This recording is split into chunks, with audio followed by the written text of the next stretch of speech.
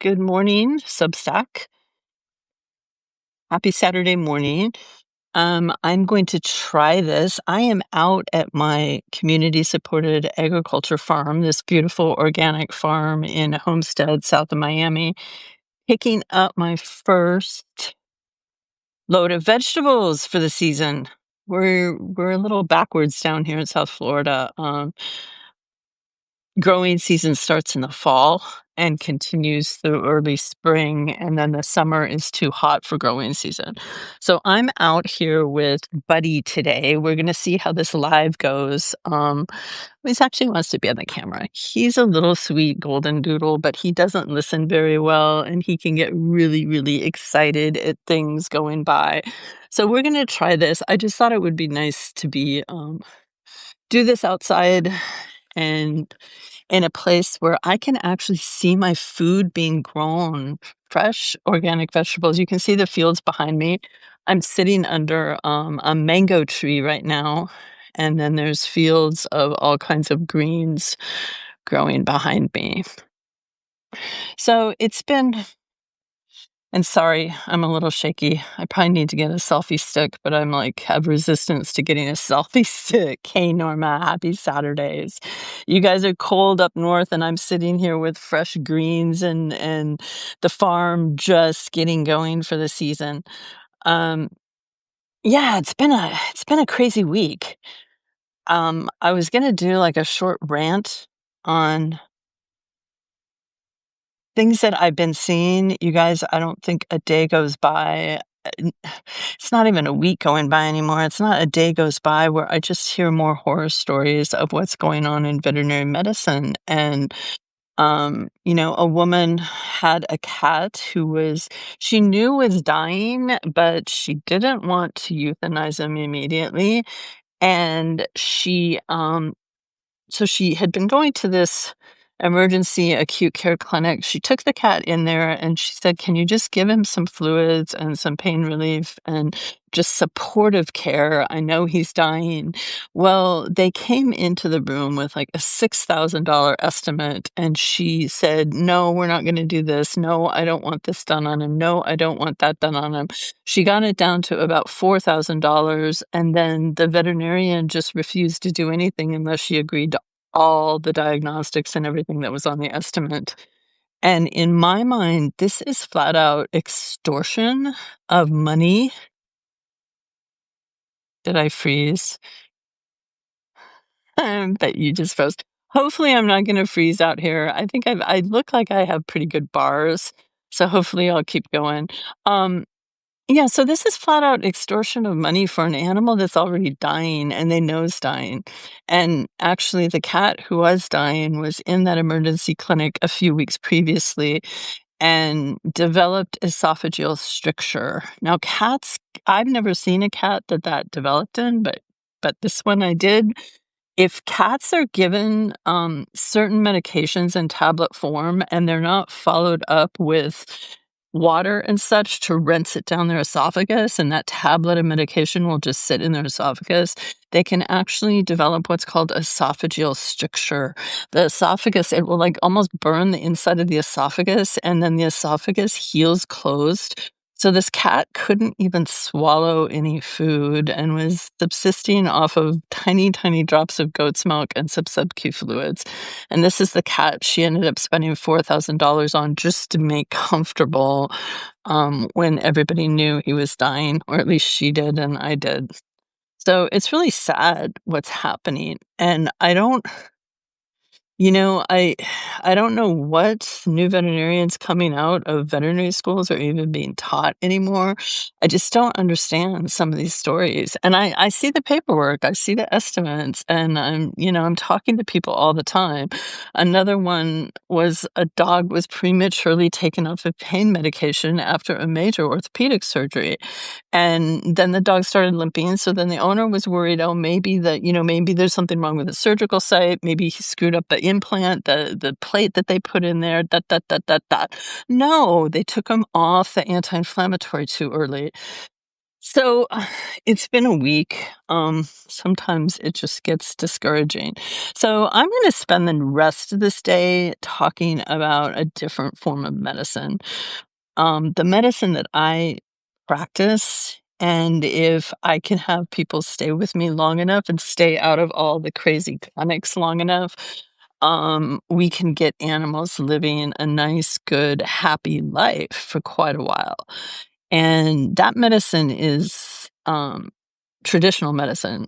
It's traditional Chinese veterinary medicine, but I also pull from traditional European forms of medicine. All of the we get so hung up on titles and labels. I've never been a big label person, but people have been living on this planet for tens of thousands of years. Now we even think hundreds of thousands of years as the archaeological record keeps being pushed back. And we learned how to heal ourselves of minor acute problems. We learned how to live on the planet in this Garden of Eden, it's so called in the Bible, um, and live with the seasons, live with the plants. We followed the herds. We knew when it was time to go deer hunting or turkey hunting. We knew when it was time to harvest the mangoes. We knew when it was time to go fishing for certain types of fish. We were in tune with the natural world around us, with the animals, with the plants, with the herbs. We knew when it was time to go harvest choke cherries in the summertime or harvest medicinal herbs, dig roots. I just put up shared a post about fall and autumn is the time to dig roots, especially right after that first frost, because all the energy of that plant is sinking down into the earth. It's diving deep under the earth to winter, to hibernate until springtime. So that's when all of the good medicine is in those herbs, in those roots. So that's when you go out and dig burdock. And if anybody's ever tried to dig a burdock root before, it's an experience. And my whole concept of working with plants and working with herbs is to go out in nature or to grow them in your backyard and see how that plant grows. From the time it peeks its little head up above the soil to when it flowers, when it goes to seed, if it gives off any fruit, dig up the root to find out what the roots are like. A burdock has a tap root that extends up to several feet down below the ground. It goes in deep to the earth. And what is burdock good for? Burdock is good for a blood cleanser. It extends this taproot down into the blood vessels and cleans out the blood in the body. So there's this thing that's called doctrine of signatures. Lately, I've seen a lot of people poo-poo it. Oh yeah, it looks like a lung, so it treats lung. Ha ha ha ha ha. There's a lot of truth to it. Okay. And, people may poo-poo it and may think it's ridiculous, but actually when you start studying plants and when you start watching plants and when you start communicating with plants, they will tell you lots and lots of things. So we can communicate with plants just like we can communicate with animals. It's not like they're these just like robot things growing up out of the ground. They talk to us. They release chemicals, phytochemicals as we pass by them, as we rub on their leaves. Like I'm out here and I'm looking at I usually have a small potted herb garden every winter, and they have some wonderful mints. And you can just take one little leaf off the plant and rub it between your fingers and smell it and even taste it. And what that does is it goes up into your olfactory, into your brain, and it starts setting off messages in your own physiology. And you can get information about what that plant is good for. How does that plant make you feel in the body? Mint kind of clears the airways. It brings a clarity of mind. It wakens you a little bit. Um, and it's lifting, it's uplifting. So there's a lot we can learn from plants. Now, here, all of you guys up north are going into wintertime. Oh, Mickey joined. Hey, Mickey, I hope your recovery from your surgery is going a lot better. Michelle's here. It's good to see you guys. So right now we are in autumn, heading into winter. And just as there's a lunar cycle where there's the new moon and the full moon and then the new moon again, there's a solar cycle. And so we are in the darkest time of year in the northern hemisphere when the sun is the furthest away from the earth because of the 23-degree angle of the planet. So as the sun is further away from the earth, our days are very, very short and our nights start getting very, very long, and we go into a period of darkness. Now, in Chinese medicine, we have the yin and the yang. The yang is like the solar light, the fire. The yin is the darker inner energy. So this is the most yin time of year, and it's really a time of year when we were being called to go inward, when we were being called to go deep down into the earth, all that energy running into our taproots, deep down into ourselves, into our bellies, into our heart centers, and get quiet on the outside. Curl up. I just posted a Substack about what you can do to support your animals through winter. And each one of the seasons in Chinese medicine has to do with the stage of our life. So wood is like rebirth and like puppyhood and kittenhood, and summer is when everybody's out frolicking and socializing. Winter is the end stage of life where so it's a little bit harder on our senior pets, on our geriatric animals, on our animals that have been sick with chronic diseases. um, we talk about winter ruling over the kidneys and the bladder, the water balance of the body. So in winter, it gets really cold, and that water element freezes and gets stuck, and things aren't flowing as well. So um, if we have older animals with joint problems, the chi isn't moving through their meridians as well, and it can get stuck in joints that are arthritic. So there can be a lot of stiffness in the muscles, stiffness in the joints. The cold settles into the bones, and if any of you have ever had like a bone injury or any arthritis or going through surgery, um, that cold in the bones is it's hard to dispel, and you just wanna curl up into a little ball under a bunch of blankets, and you'll see animals, cats and dogs, older cats and dogs, curling into that little circle, putting their tail over their noses, and just huddling down. It's almost like there's a cold winter frost blowing over them. So one thing you wanna do is, put sweaters on the dogs, make sure they have cozy blankets to sink down into. My 20-year-old cat has started making her kind of death nest on one of my pillows. I have a queen size bed that I sleep in by myself with only her, and she's taken one of my pillows, and we've created this little nesting area for her where I'm not going to roll over and disturb her, but it's nice and soft, and she feels safe and secure there, so she can just hang out there and go into deep, deep, deep sleeps. Which that's another part of winter, is taking naps and resting, turning off the external world and going within and having patience with ourselves. It's not a time to go out racing around being productive like crazy. So the thing, also staying warm. In my online community, we had a great class given by one of my students, Liz Apple, who's also a human acupuncturist, on moxibustion. And it's where you take these rolled up moxa sticks, which is actually mugwort, a plant, and light it and hold it over areas of the body and over acupuncture points. And the heat from that burning it's like a giant cigar stick of incense, that heat just sinks right down through those acupuncture points, and it warms the bones and warms the body, and it's super relaxing. So getting some moxa done would be wonderful. Red light therapy is great. It doesn't warm the body a lot, but a little bit, and the red light kind of goes in there and activates that mitochondria. Using a hot water bottle. When I was in vet school, we would take bottles of sub-Q fluids and put them in the microwave to heat them up and wrap them in towels and tuck them in around the dogs post-surgery.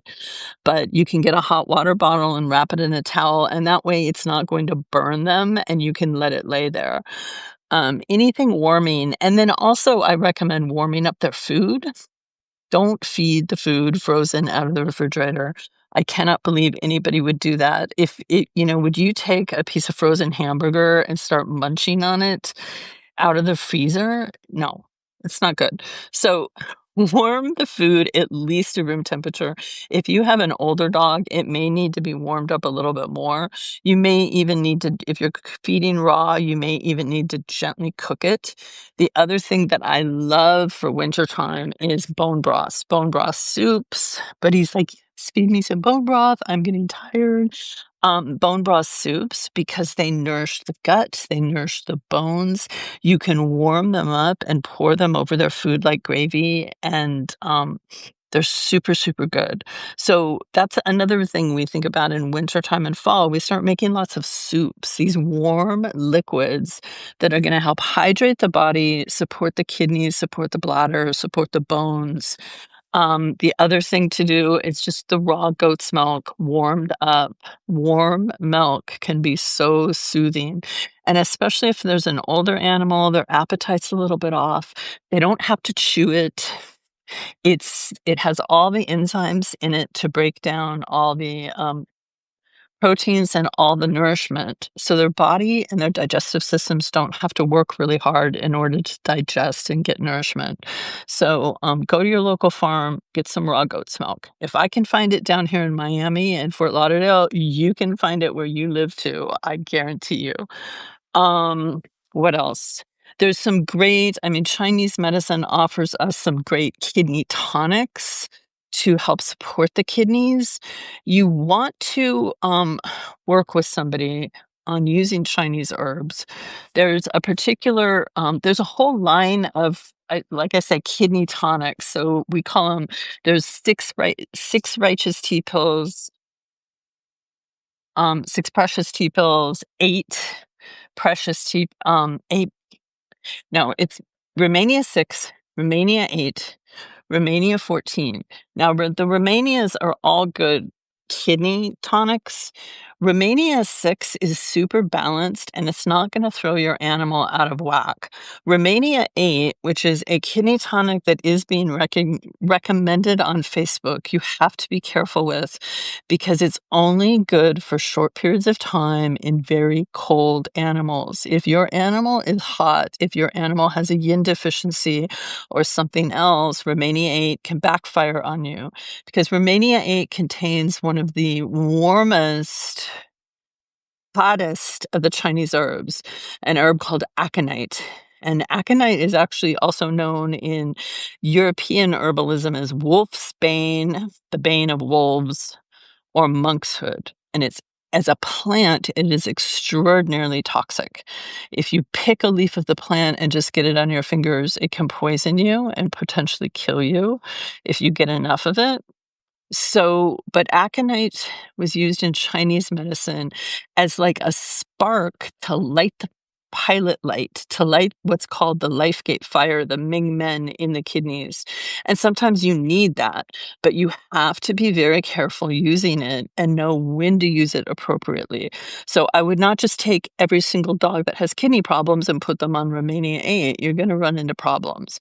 So this is where I see herbal medicine really being misused. Now, I know everybody's like, "Oh, but everybody needs it available," and but if you don't use it appropriately, you can actually harm the animal, and if the animals are not getting the appropriate herb, you're harming them by not getting them the appropriate herb and giving them something else which isn't helping them and potentially making their imbalance worse. So, I do consults, I'm going to be launching something after the beginning of the year to give people more access and different tiers of access. But yes, you may have to pay for some of this information. I have spent tens of thousands of dollars over the years on continuing education, on time, on effort, on learning a lot of these things. It's not something you can just pick up a book and learn overnight. And it takes an investment. It takes a life investment. And that needs to be honored. Back in the day, when you went to see the local medicine woman or medicine man or shaman, you didn't get things for free. Sometimes people brought their in Native American traditions, sometimes if you were really sick, you'd walk up there with your finest horse and hand the reins of that horse over to the shaman, over to the medicine man, and say, "Do what, I need help." Or you'd bring them chickens, or you'd bring them eggs, or you would do work for them. You would help build their house. You would help, tend to their gardens. You would trade in something. Because if we don't trade and exchange for useful information that's potentially healing information, then all you are doing is taking. And when we just take from the plant kingdom or the animal kingdom, it backfires on us. And that's why we're living in a world that is in such a mess right now. And when you go out to even talk to an herb or gather things from an herb or a plant, you leave an offering behind.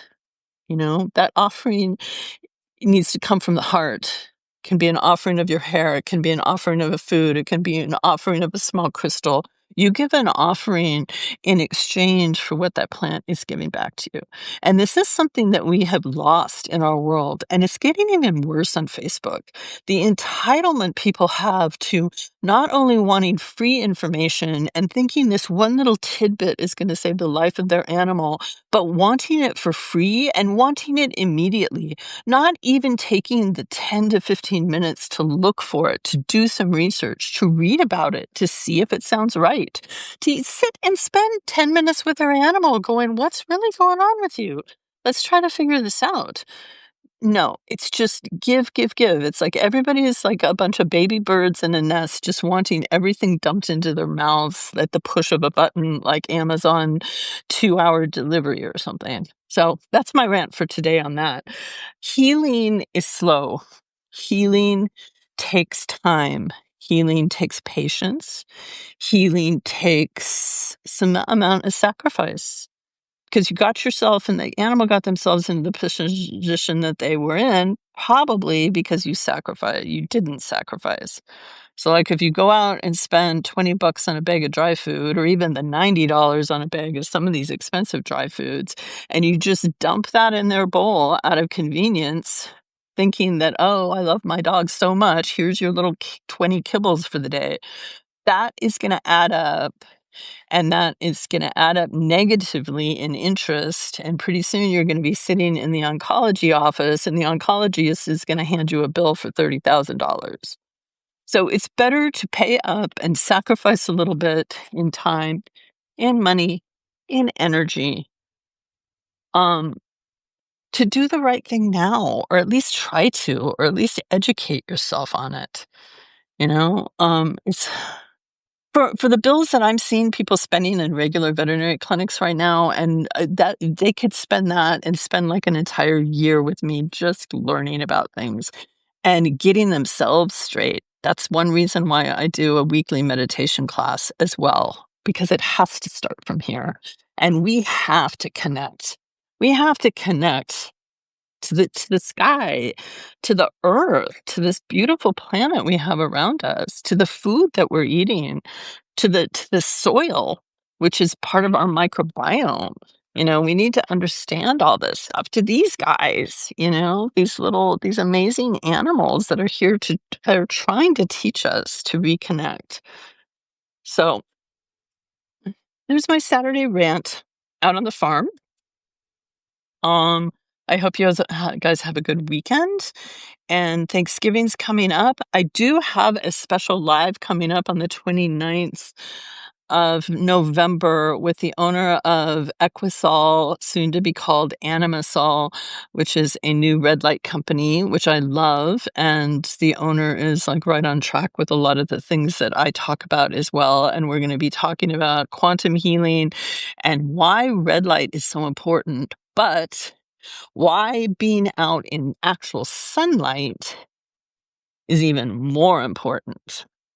We need these photons. And right now, the sun is like, there's massive activity on our sun. There's coronal mass ejections happening, and there's been all kinds of solar activity. But that is sending us down photons of light of different frequencies that's helping us heal our body. It's helping us to awaken and to come back into some type of balance, or at least trying to. Um, how are you doing today? All right. Thank you. And so put a note. I know it's Thanksgiving weekend, but I think it's going to be a really fun conversation on the 29th about red light therapy. And I will get back to you soon. Have a wonderful weekend. We're going to go pick up our vegetables and make a big salad today, grown fresh from the ground, picked fresh from the garden yesterday. Thank you guys. Take care.